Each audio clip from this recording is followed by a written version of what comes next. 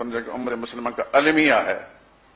ام المؤمنین عائشہ صدیقہ کے بارے میں کہا جاتا کہ 6 سال کی عمر میں رسول اللہ صلی اللہ علیہ وسلم کے ساتھ نکاح ہوا اور 9 سال کی عمر میں رخصتی ہوئی. ہم چونکہ سارے مقلد ہیں، ہمارے حضرت نے یہ کہا ہے، فلاں حضرت نے یہ لکھا ہے، فلاں حضرت نے یہ لکھا ہے، بس آنکھیں بند کر قبول کر لیتے ہیں. امام بخاری نے لکھا ہے، امام مسلم نے لکھا کہ 6 سال کی عمر میں ٹھیک ہے جی، بخاری نے لکھا تو پھر کس کی مجال ہے کہ آنکھ اٹھا کر دیکھے.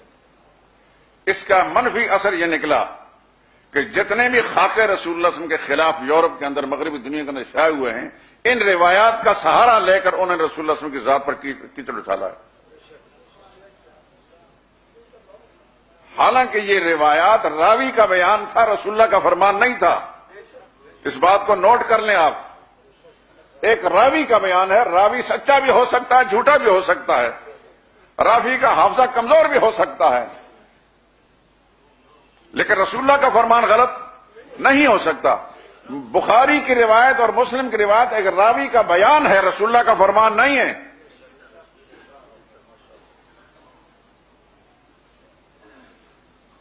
اس کے بعد پھر ہنگامے ہوئے، مظاہرے ہوئے، یہ ہوا وہ ہوا. مرد آباد کہیں، ہم کچھ بھی کہیں، لیکن دشمن کو جب ہتھیار ہم خود دیں گے، اس ہتھیار کو ہمارے اوپر استعمال کرے گا، تو پھر ہم کیسا اس کا توڑ کر سکتے ہیں؟ اس لیے میں عرض کر رہا ہوں کہ بخاری کی وہ روایت یا مسلم روایت صحیح نہیں ہے.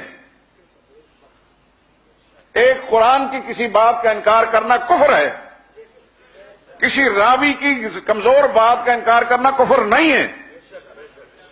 اگر آپ ترمذی، ابو داؤد، نسائی، ابن ماجہ یا حدیث کی دیگر کتابوں کے اندر مندرج روایات کے بارے میں جانچ پرکھ کرتے ہیں اور یہ کہتے ہیں یہ روایت صحیح نہیں ہے، یہ روایت صحیح نہیں ہے، یہ راوی صحیح نہیں ہے، تو امام بخاری بھی کسی پیغمبر کا نام نہیں کہ اس کی نقل کردہ کوئی کتاب کے اندر کوئی بات ہے اس کا انکار کرتا ہوں دائرہ اسلام سے ہم نکل جائیں گے.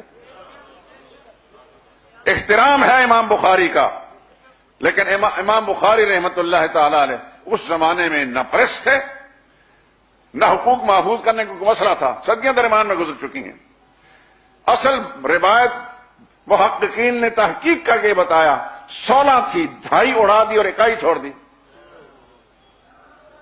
اصل روایت میں 19 تھا، 2.5 اڑا دی اور 1 چھوڑ دی. 19 کو چھوڑ کر 9 بنا دیا اور 16 کو چھوڑ کر 6 بنا دیا. بہت سارے علماء نے اس پر کتابیں لکھ دی، اللہ ان کو جزائے خیر دے.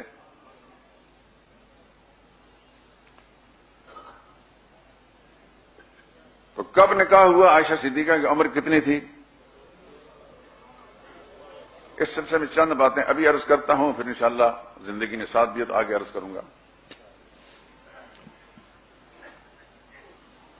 اللہ کرے کہ میری بات سمجھ میں آ جائے. انسان جس لائن پر تجسس کرتے ہیں نا، وہاں سے کچھ نہ کچھ مل جاتا ہے. کچھ علماء میرے پاس کوئٹہ سے آیا، میں نے ان کے سامنے کچھ باتیں عرض کی تو خدا کی قسم انہوں نے اتنی دعائیں دی انہوں نے کہ ہمارے پاس کتابیں تھی، پڑھتے ہم تھے، لیکن آپ نے ہمارے ذہن منتقل کر کے ہمارا راستہ کھول دیا. سب سے پہلی بات یہ ہے کہ تاریخ کی کتابوں کے اندر، قدیم تاریخ کتابوں میں یہ لکھا ہے، ابوبکر صدیق رضی اللہ تعالیٰ عنہ نے زمانے جاہلیت میں، زمانے اسلام سے پہلے جو ان کی اولادیں تھیں وہ کون کون سی تھیں؟ تو اس میں حضرت عائشہ صدیقہ رضی اللہ تعالی عنہا کا نام موجود ہے. اب اپنے ذہن کو حاضر رکھیے، رسول اللہ صلی اللہ علیہ وسلم نے جب اعلان نبوت فرمایا ہے تو اس وقت آپ کی عمر مبارک کتنی تھی؟ 40 سال. اور پھر مکی زندگی میں رسول اللہ صلی اللہ علیہ وسلم کتنا عرصہ رہے نبوت کے بعد؟ 13 سال. اور اسلام آنے سے پہلے، نبوت کا اعلان ہونے سے پہلے ابوبکر صدیق رضی اللہ، یعنی ابوبکر صدیق کو مسلمان نہیں ہوئے تھے، ان کی جو اولادیں تھیں ان اولادوں میں حضرت عائشہ صدیقہ رضی اللہ تعالی عنہا کا نام آتا ہے. تاریخ طبری دیکھ لیں، جس کا جی چاہے میرے پاس دیکھ لیں، میں اس کو دکھا دوں گا انشاءاللہ. تو اگر آپ 2 سال کی یا 3 سال کی بچی بھی عائشہ صدیقہ رضی اللہ تعالیٰ عنہ کے بارے میں تصور کر لیں کہ اس وقت تھیں، تو 13 سالہ مکی زندگی ہے.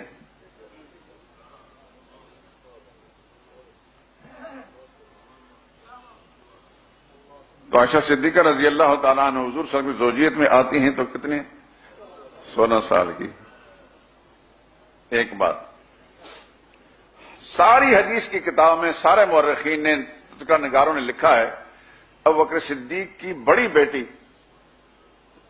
اپنے دماغ کو حاضر رکھ کر کے میرے دوستو، یہ آپ کے لیے ایک بڑا مضبوط سبق ہے. بڑی صاحبزادی کا کیا نام تھا؟ حضرت اسماء. حضرت اسماء کی والدہ کا نام تھا قتیلہ، ابو بکر صدیق کی بیوی تھی. حضرت عائشہ صدیقہ کی والدہ کا نام ام رومان. باپ شریک بھائی بہنیں تھیں لیکن مائیں الگ الگ تھیں. بڑی صاحبزادی حضرت اسماء بنت ابی بکر، ان کا تذکرہ سب نے لکھا ہے، حتیٰ کہ صاحب مشکات نے، مشکات ہمارے حدیث کتابوں میں سب سے پہلے پڑھائی جاتی ہے، اس کے آخر میں ایک لمبی فہرست ہے راویوں کی، اس کا نام الاکمال فی اسماء الرجال. اس میں حضرت اسماء کا تذکرہ ہے. اس تذکرہ میں لکھا ہے کہ وہ 100 سال کی عمر میں فوت ہوئی. حضرت اسماء 100 سال کی عمر فوت ہوئی. کب فوت ہوئی؟ 73 ہجری میں. دو باتیں سمجھ میں آ گئی. 73 ہجری میں 100 سال کی عمر میں فوت ہوئی، اور یہ اپنی چھوٹی بہن عائشہ صدیقہ سے 10 سال عمر میں بڑی تھیں. تو وہ اگر 73 ہجری میں 100 سال کی تھیں تو یکم ہجری کو کتنے سال کی ہوں گی؟ 27 سال کی. تو یکم ہجری کو جو ان کی ہمشیرہ 10 سال ان سے عمر میں چھوٹی تھی، وہ کتنی عمر کی ہوں گی؟ اب ان چیزوں کو کتابوں سے کیسے نکالا جائے گا؟ ایک وہ روایت لے لی جس میں راوی نے تصرف کیا یا بعد میں کسی بدماش نے گڑبڑ کی، باقی سارے حقائق کو نظر انداز کر دیا گیا. یہ باتیں سمجھ میں آ گئی. ایک تیسری بات نقل کر کے بات ختم کرتا ہوں. اللہ تعالیٰ آپ کو دین کی حرص، دین کی طلب، دین کا شوق، جذبہ نصیب فرمائے اور قبول فرمائے، اور آپ کی نسلوں کے اندر بھی ہدایت کو جاری ساری رکھے. بخاری شریف کی پہلی حدیث کتاب الایمان میں، بخاری شریف کی نزول وحی والی، اس کا عنوان اول ما بدأ برسول اللہ صلی اللہ علیہ وسلم وحی ہو، سب سے پہلے جو رسول اللہ صلی اللہ علیہ وسلم کی پر وحی نازل ہوئی. اس کی کیفیت، اس کی راوی حضرت عائشہ ہیں، حضرت خدیجہ نہیں ہیں.